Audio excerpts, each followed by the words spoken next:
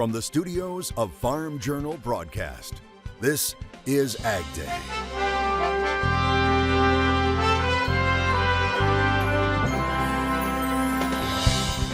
Leading the field. This is an amazing operation you've got here, sir. Well, thank you very much. A look at a new series shining a light into some corners of farming you may not always hear about.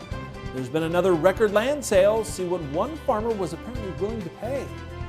And a high-stakes meeting. We had an open and candid conversation about our intentions and our priorities. President Biden talks with the United States' biggest buyer of ag products as relations between the two sides reach their lowest in decades. An update on what was discussed right now on AgDay. Good morning, I'm Clinton Griffiths. President Biden meeting the president of China face-to-face for the first time since taking office. President Biden meeting Chinese leader Xi Jinping for long-awaited talks at the G20 summit in Bali. The two men, in their remarks, saying there was real value in meeting face-to-face. President Biden adding he hoped the relationship with Beijing would be one of fierce competition, not conflict. Advisors to the White House saying the president raised issues on human rights, North Korea and Russia, with both sides agreeing that using nuclear weapons was unacceptable. President Xi says the two sides should use history as a mirror to let it guide the future. I want to be clear, and be clear with all leaders, but particularly with Xi Jinping, that I mean what I say and I say what I mean. So there's no misunderstanding.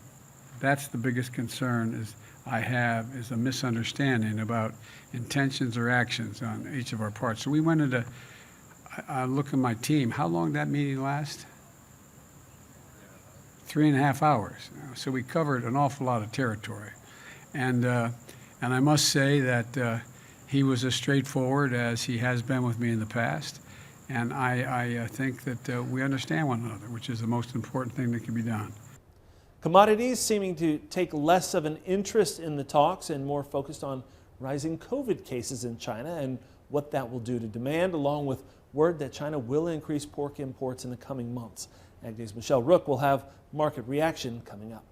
On another diplomatic front, Moscow calling recent talks with the UN on the Black Sea grain deal, quote, fairly constructive. The parties involved confirming that only, quote, ensuring unhindered access of Russian food and fertilizer to world markets will make it possible to achieve price stabilization and guarantee the future harvest. Russia has criticized the deal for not opening up Russian grain and fertilizer exports, also claiming that much of the ag goods shipped from Ukraine have gone to Western nations, not the neediest countries around the globe.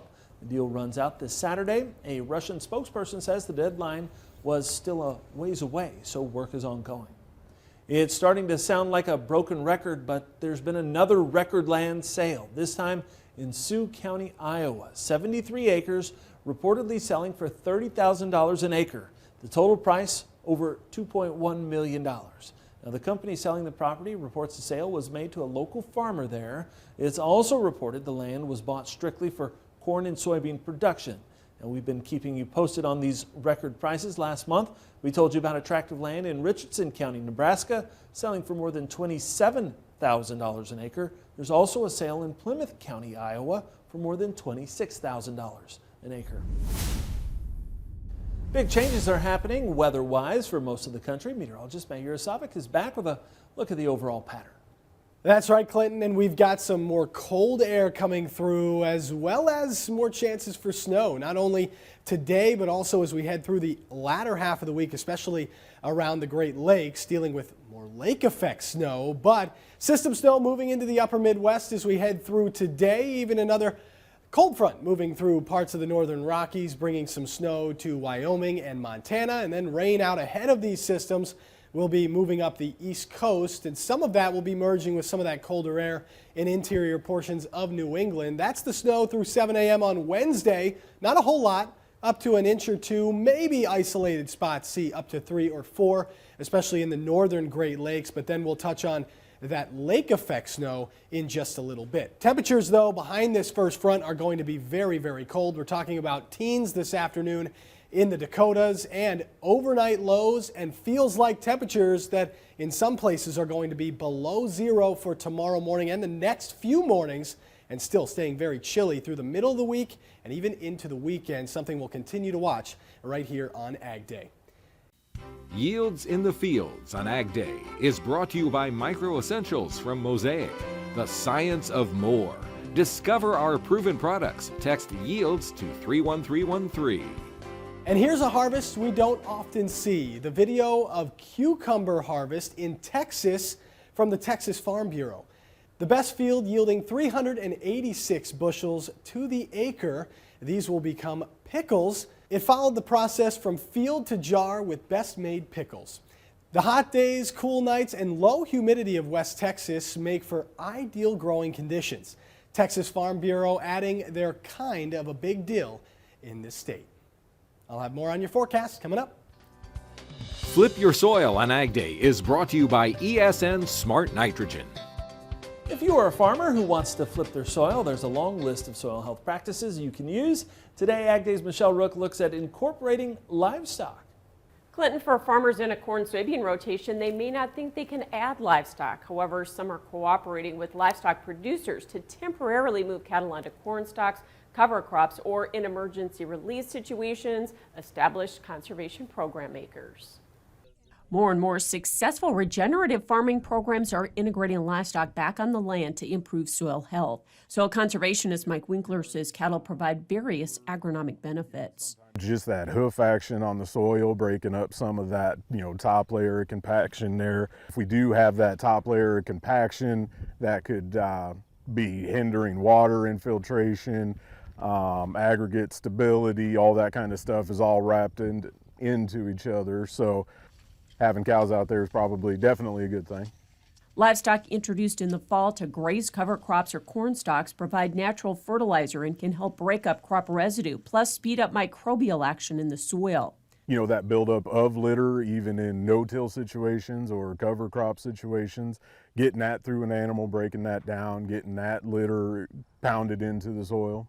And Winkler says cattle can also break up the litter and establish grass stands or CRP to help keep the native grasses in wildlife habitat thriving. Grasses will start going dormant.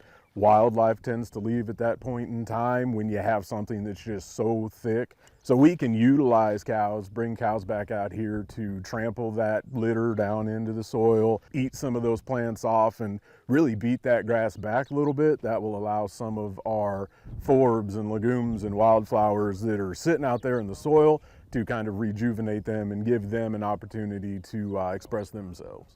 Plus, farmers restoring pasture once converted to cropland can speed up that process through rotational grazing to reintroduce the native grass species and help regenerate the land. I'm Michelle Rook reporting for Ag Day. All right, thanks, Michelle. Grains and livestock were mixed to start the week with rising COVID cases in China. Michelle will be back next in our market analysis. And later, see how this California apricot orchard is leading the field and feeding the world in the country.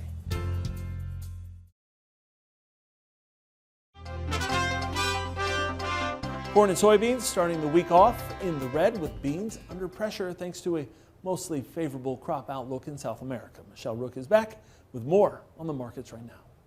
Yesterday's market closes mixed in both grain and livestock futures trade. Darren Fry, Water Street Solutions, joins us with analysis. And Darren, let's talk about corn and soybeans seemingly under a little pressure here with these rising COVID cases in China.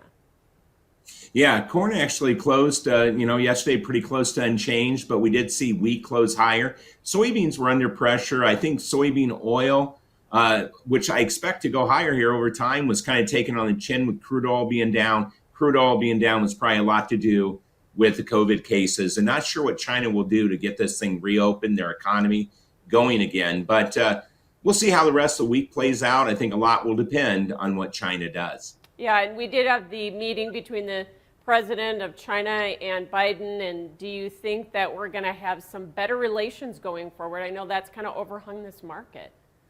Yeah, I hope we do. I mean, it never is a bad thing when we can get together and meet face to face, and they were able to do that. I hope some sales come out of that, like corn sales and soybean sales. We could sure use them on the export window that's closing for beans, and we just seen them be non-existent in areas like pork and corn. And I think they need to buy it, but they just don't want to buy it from us right now with some of these geopolitical strains. Yeah, and speaking of exports, export inspections again disappointing on Monday, weren't they? They certainly were. I mean, wheat was very disappointing. Beans were good, but under expectations. And obviously, corn, we have an export problem there still. So Yeah. time will tell. But I will tell you this, spreads are starting to firm, and that might be a sign of some export business coming. So corn and soybeans, also we had some rains over the weekend in Argentina, and did that also press the market a bit or not? I think it did. I think those rains are just temporary. I think the pattern is still needing a lot of help to change. And I think we're going to go right back in the dry side for Argentina and Uruguay and parts of southern Brazil. But a little bit of rain is helpful in the short term and probably caused the break. So wheat a little upside. Was that just a technical bounce, you think? I think so. Until we get over 881 in the March Chicago wheat, or more importantly, 921, I think we have to continue to look lower here, depending on what they do with the corridor. But just a technical bounce for selling, probably. Okay, thanks for joining us, Darren Fry, Water Street Solutions. More Ag Day coming up. Ag Day is brought to you by NK Seeds, the fastest growing seed brand getting you top hybrids and varieties that perform on your acre. NK Seeds, bushels don't lie. Now through November 22nd, Ag Saver glyphosate 53.8% starting at $29.44 per gallon when you pay with cash. Visit fbn.com/direct. Prices subject to change. Terms and conditions apply.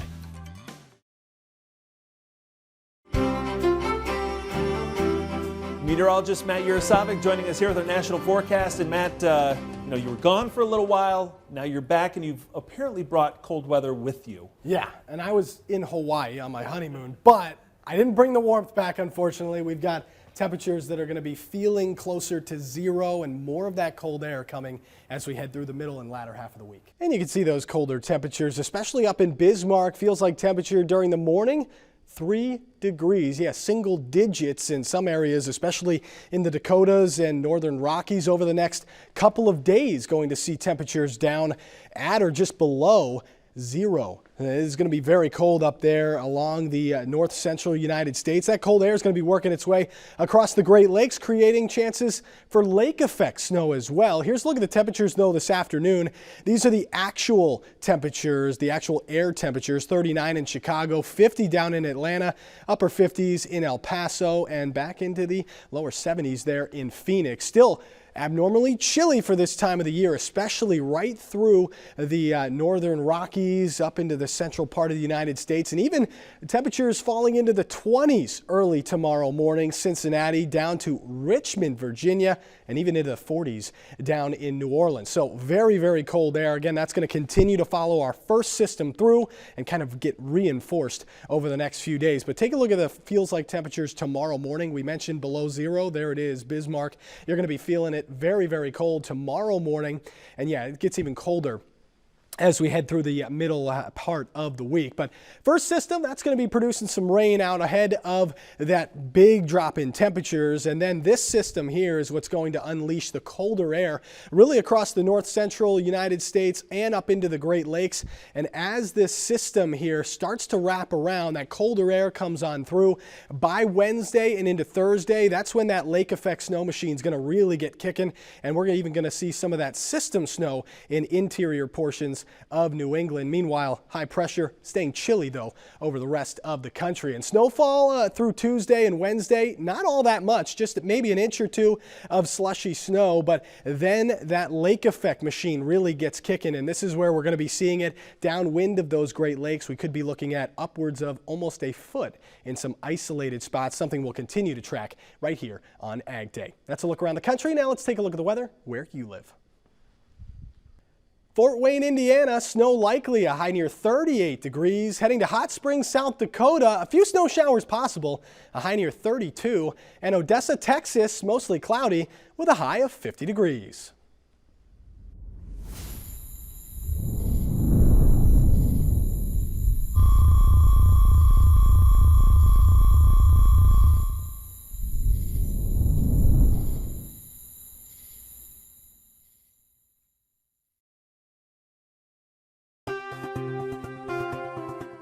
Ag Day, brought to you by Rumensin. Rumensin's quality, consistency, and efficiency make it the right choice for your cattle operation. Rumensin, trusted by generations. Are we in a recession? One leading dairy economist says, not quite yet.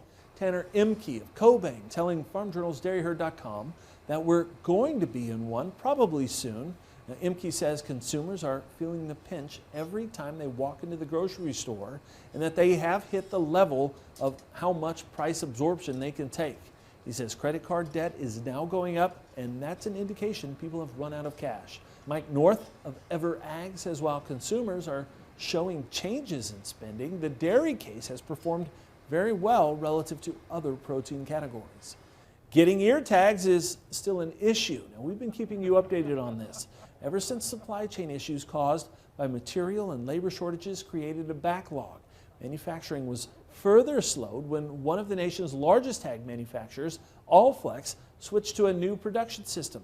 And some companies that sell them are acknowledging the problem. Web-based cattletags.com noting a 20-week or more wait for many products. If you're still struggling to find RFID tags, experts say you might want to try your state veterinarian, as USDA's Animal and Plant Health Inspection Service was awarded contracts in 2020 to purchase up to 8 million of them, which are being distributed through state veterinarians. It may be post-harvest, but many of us are still enjoying the fruits of the season. Up next, a new web series investigates the work behind the beloved apricot in the country. From California, next. Now through November 22nd, Willowwood glufosinate 280 SL starting at $59.84 per gallon when you pay with cash. Visit fbn.com/direct. Price is subject to change. Terms and conditions apply.